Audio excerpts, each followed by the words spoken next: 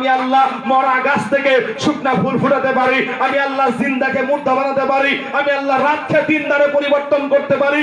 ও জিবরাইল, আমার হাজেরার কাছে তুমি তাড়াতাড়ি চলে যাও। জিবরিল আমিন এসে বলছেন, ও হাজেরা, তোমার টেনশন নাই, তোমার সমস্যা নেই। এই বলে জিবরাইল আমিন নিজের পা দিয়ে এরকম করে একটা যখন আঘাত করেছেন, আঘাত করার সাথে সাথে মাটি ফেটে ওই দিক থেকে একটা পানির ঝড় উঠতে শুরু করেছে।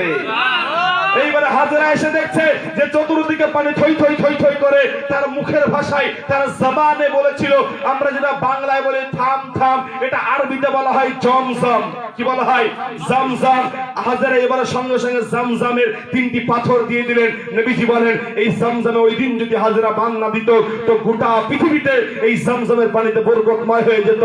নবীজি বলেছেন, কেউ যদি এই জমজম পানি যদি কেউ একবার পান করে, যে নিয়াতে পান করবে, আল্লাহ রাব্বুল আলামিন তার ওই নিয়াতটাই কবুল করবে। বলুন আলহামদুলিল্লাহ।